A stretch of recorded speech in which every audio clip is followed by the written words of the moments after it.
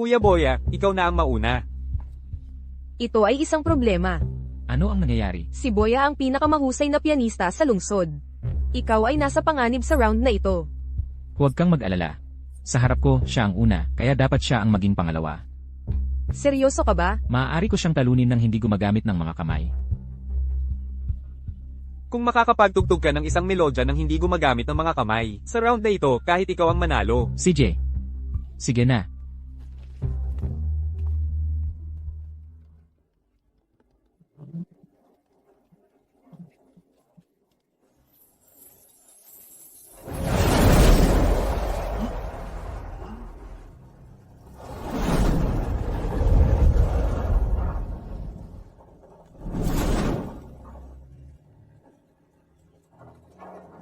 Mahal na hari, hindi ko inakala na talagang makakapagtugtog siya ng piano nang walang gamit na kamay.